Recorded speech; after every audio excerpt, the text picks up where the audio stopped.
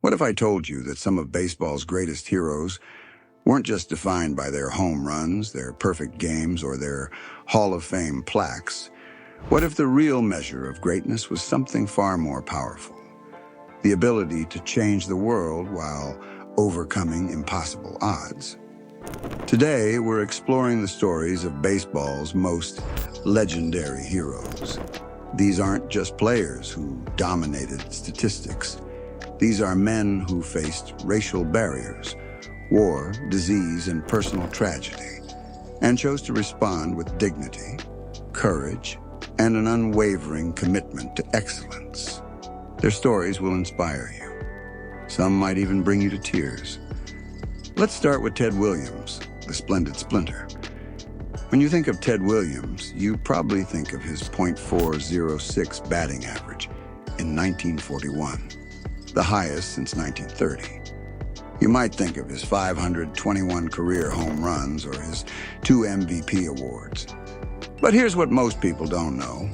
Ted Williams gave up nearly 5 years of his prime playing career, twice, to serve his country. During World War II, Williams missed 3 full seasons serving as a Marine Corps aviator. But that wasn't enough for Williams.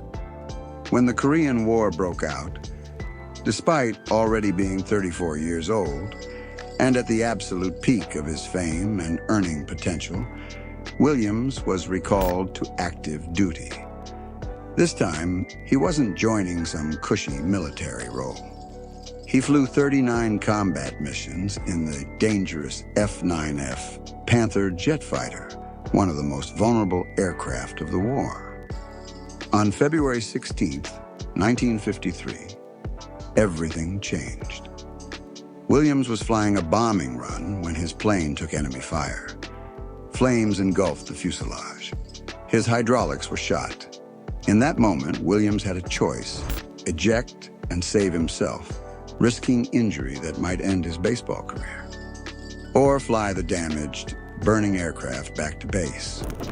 Williams chose his teammates. He chose the mission. He flew that flaming jet back toward friendly territory with the canopy open, flames surrounding him. As his plane descended toward the runway, Williams couldn't see the landing strip through the smoke. Another pilot had to guide him down. When Williams finally touched down, he belly landed the crippled aircraft, and it burst into flames the moment he ejected. Future astronaut John Glenn, who flew alongside Williams, later said he was one of the best pilots he'd ever known. But here's the kicker. Williams returned to the Boston Red Sox just 2 weeks later. Not months, weeks. He walked back into the batter's box and continued his legendary career like nothing happened. When asked about his flying days, Williams simply said it was the second best thing that ever happened to me after baseball. He never complained about the 5 years he lost. He never used it as an excuse. He just came back and played. That's the mark of a true hero, giving up everything for something bigger than yourself, and then never making a big deal about it. Now let's talk about a man who didn't face enemy fire from foreign powers, but something arguably more dangerous: systemic racism at its absolute worst. Jackie Robinson is one of the most famous baseball players of all time, but most people don't really understand just how brave, how impossibly brave he had to be. On April 15th, 1947, Jackie Robinson stepped onto Ebbets Field wearing number 42. He was 28 years old, and he was about to break baseball's color barrier that had stood for over 50 years. Over 14,000 African-American fans packed the stadium. They knew what they were witnessing, a moment that would change baseball and America forever. But here's what people often forget.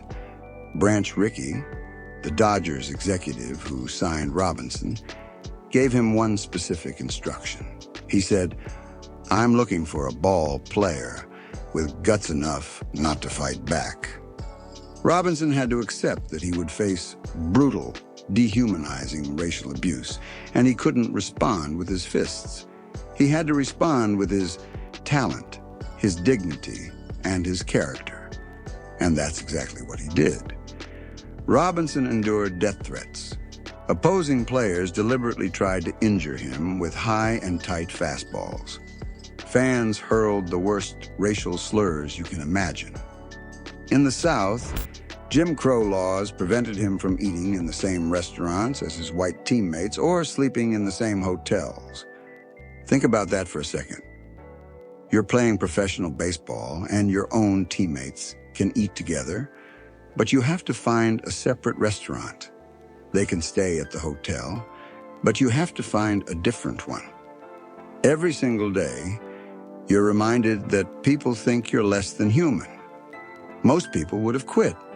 Most people would have walked away. Robinson didn't just stay, he excelled.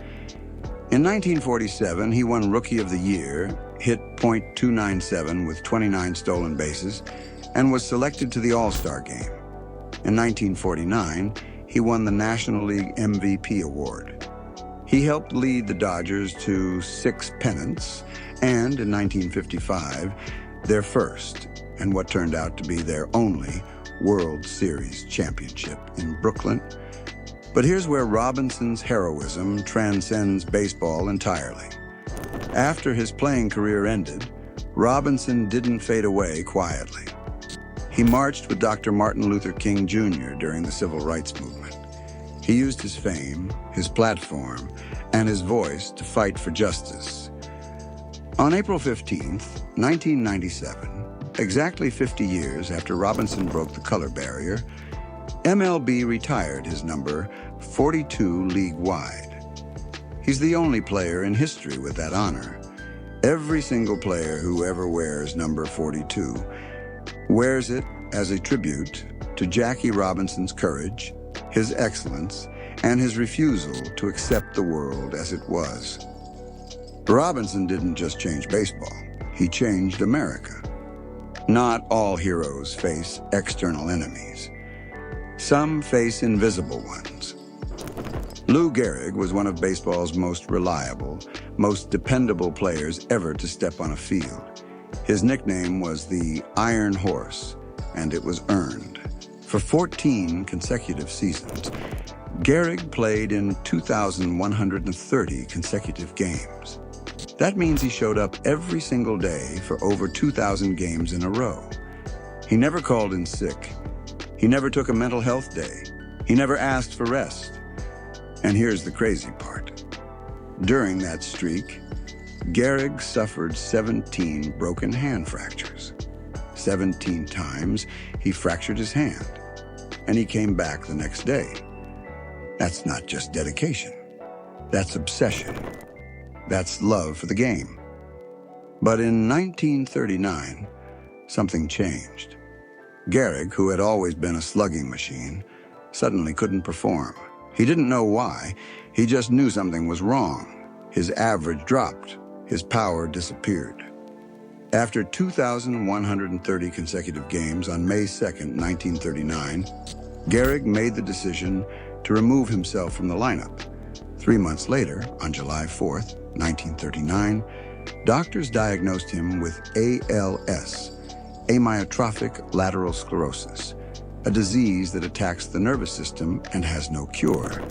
That same day, in front of 61,808 fans at Yankee Stadium, the team held Lou Gehrig Appreciation Day. They brought in former Yankees. They honored him. And then Gehrig stepped up to the microphone. What he said that day became one of the most famous speeches in sports history. People have been good to me. When you have a father and a mother who work all their lives so that you can have an education and build your body, it's a blessing. When you have a wife that has been a tower of strength and shown more courage than you dreamed existed, that's the finest, I know. So I close in saying that I might have been given a bad break, but I have an awful lot to live for. With all of this, I consider myself the luckiest man on the face of the earth. Gehrig called himself the luckiest man on the face of the earth while facing a death sentence. He died less than 2 years later, on June 2nd, 1941, at just 36 years old. The disease that took his life is now called Lou Gehrig's disease. That's the kind of impact he had. Fast forward to the modern era.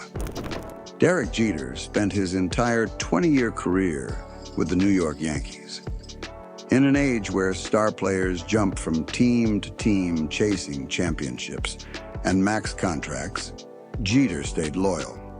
He was the captain of the Yankees from 2003 until his retirement in 2014. And what a captain he was. Jeter won 5 World Series titles with the Yankees. He accumulated 3,465 hits, which is 6th all time. He finished his career with a .310 batting average and was named to 14 All-Star games. Those are Hall of Fame numbers, and everyone knew it.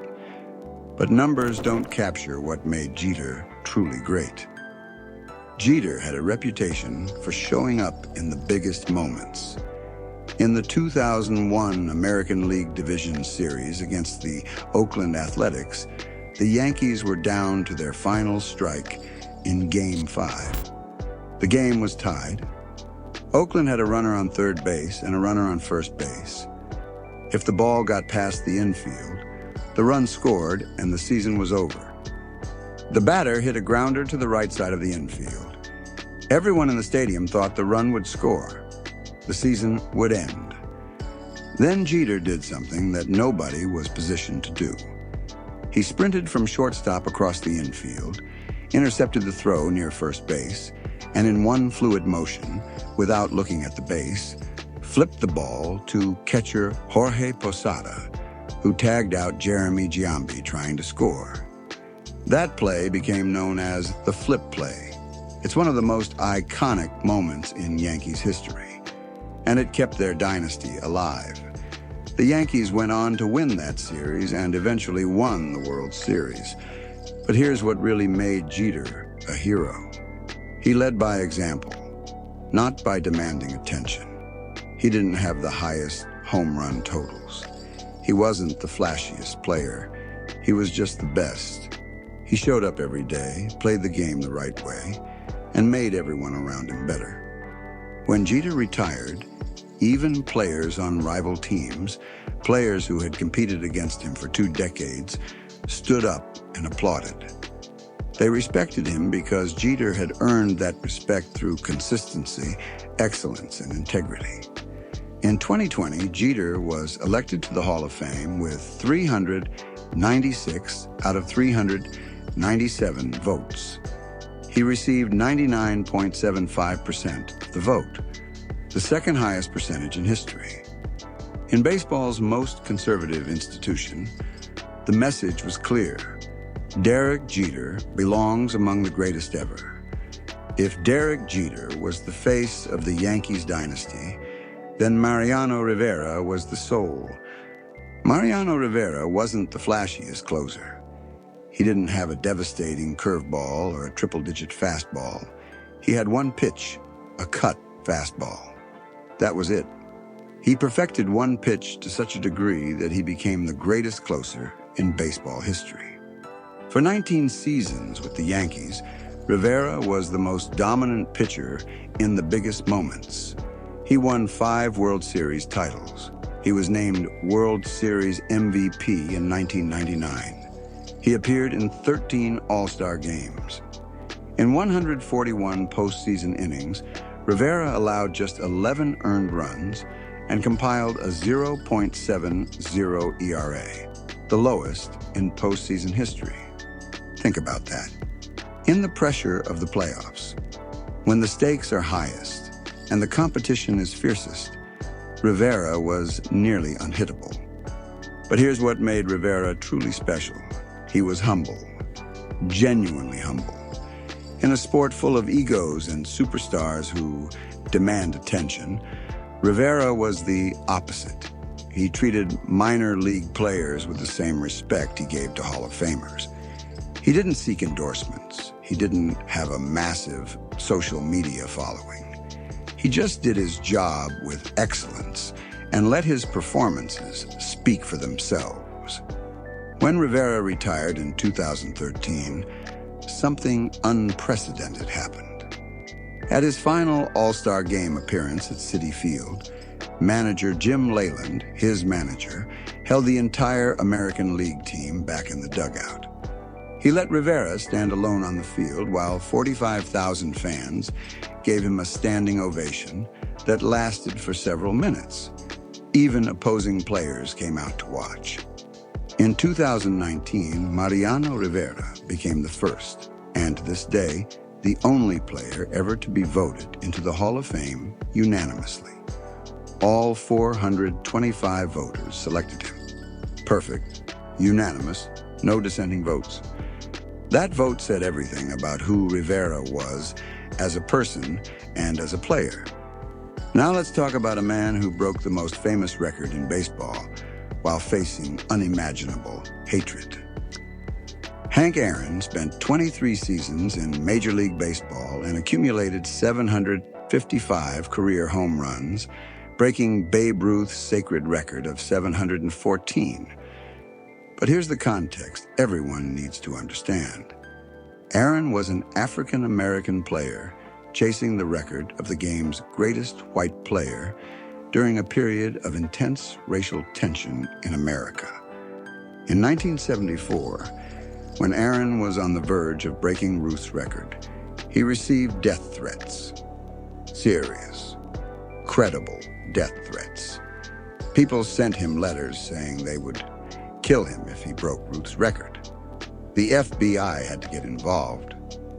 Aaron received hate mail from people who didn't want to see a black man hold the most prestigious record in baseball history.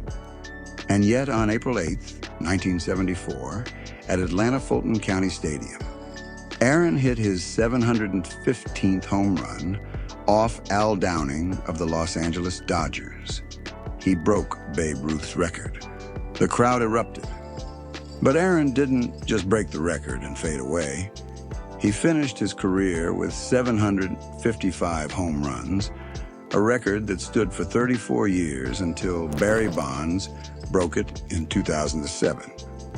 What really defines Aaron as a hero is what he did after baseball ended. Aaron became one of baseball's most prominent voices for social justice. He fought tirelessly against racism and discrimination. He donated millions to civil rights causes. He used his fame and his platform not for personal gain, but for good. Aaron showed that true heroism isn't just about what you accomplish on the field. It's about what you do with your platform afterward. Babe Ruth transformed the game, showing the world that power and excitement could draw millions of fans. Beyond his remarkable 714 home runs, Ruth used his fame to visit sick children in hospitals, bringing joy to those suffering. Joe DiMaggio's 56-game hitting streak in 1941 remains one of sports' most untouchable records. DiMaggio represented grace, elegance, and excellence, becoming one of the most respected figures in American history. Stan, the Man, Musial, played his entire 22-year career with the St. Louis Cardinals, accumulating 3,630 hits and a .331 batting average. Unlike many superstars, Musial was universally loved. Opposing players didn't resent him. Fans across the country respected him. He was a gentleman who let his talent speak while maintaining impeccable character. Tom Seaver was the ace of the 1969 Miracle Mets, a team that shocked the world as a 100-to-1 long shot to win the World Series. Seaver won 311 games and 3 Cy Young Awards, but more importantly, he was a mentor, a student of the game, and a symbol of professionalism. Mike Trout represents the modern hero. In an era of social media obsession and constant self-promotion, Trout has let his play speak for itself. He's won 3 MVP awards before his 30th birthday and is on pace to potentially break many of baseball's greatest records. But what makes Trout special is his humility. He doesn't seek the spotlight. He just plays the game the right way. These are baseball's true heroes. They're not just defined by their statistics, their home runs, or their championships. They're defined by their character. Jackie Robinson showed us that courage, in the face of racial injustice, can change a nation. Ted Williams proved that some things matter more than baseball, that duty and country come first. Lou Gehrig taught us that facing adversity with grace and gratitude is the truest form of strength. Derek Jeter demonstrated that quiet excellence and integrity earn respect that transcends sport. Mariano Rivera showed us that humility and consistency can make someone unforgettable. Hank Aaron proved that breaking barriers and using your platform for good is the ultimate achievement. These legends remind us why we love baseball. It's not just about the long balls and the championship rings. It's about the character of the men who play the game. It's about their commitment to excellence. It's about their willingness to face adversity and overcome it. It's about using their platforms to make the world a better place. Baseball's greatest heroes changed the game. But more importantly, they changed the world. If you want to hear more stories about the legends who made baseball great, stories of incredible athletes overcoming impossible odds, breaking barriers, and inspiring millions, then you need to subscribe to Chronicles of the Game. We dive deep into the moments that define baseball history. We tell the stories of heroes who inspired generations. We explore the legacy that keeps this beautiful game alive. Chronicles of the Game is where baseball fans come to understand not just the statistics, but the humanity behind the legends. Subscribe to Chronicles of the Game today. Click that subscribe button, turn on notifications so you never miss an episode, and don't forget to like this video if these stories inspired you. Because baseball's greatest heroes deserve to have their stories told, and we're here to tell them. Thank you for watching. I'll see you in the next episode of Chronicles of the Game.